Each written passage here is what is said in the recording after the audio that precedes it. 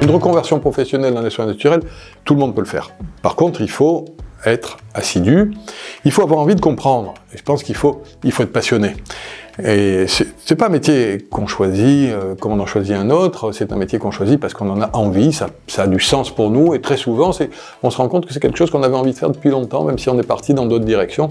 Donc, l'important, c'est d'en avoir envie, d'être passionné par le sujet. Après, tout le monde peut le faire. Pourquoi? Parce que on a établi toute une stratégie d'enseignement et toute une catégorisation des éléments qu'il faut apprendre, qui est logique et qui est relativement aisé à comprendre, même si le sujet est vaste.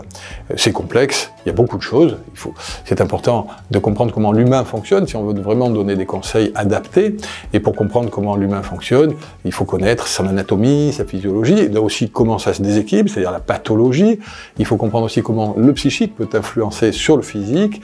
Et une fois qu'on a compris ça, qu'on a appris ça, qu'on a une vision plus globale de ce qu'est la santé, et donc l'équilibre de santé, eh bien on va apprendre les plantes médicinales, comment elles fonctionnent, quelles sont leurs limites, leurs indications, les huiles essentielles, les produits de la ruche, les produits de l'alimentation qui sont les micronutriments, et puis accompagné d'abord par des tuteurs pédagogiques et des tuteurs scientifiques et agrémentés avec beaucoup d'exemples pratiques, on avance petit à petit dans la compréhension et dans l'efficacité, et on peut devenir un excellent conseiller en soins naturels. Et évidemment, c'est accessible à tous à partir du moment où on a vraiment ce désir d'avancer, ce désir d'apprendre.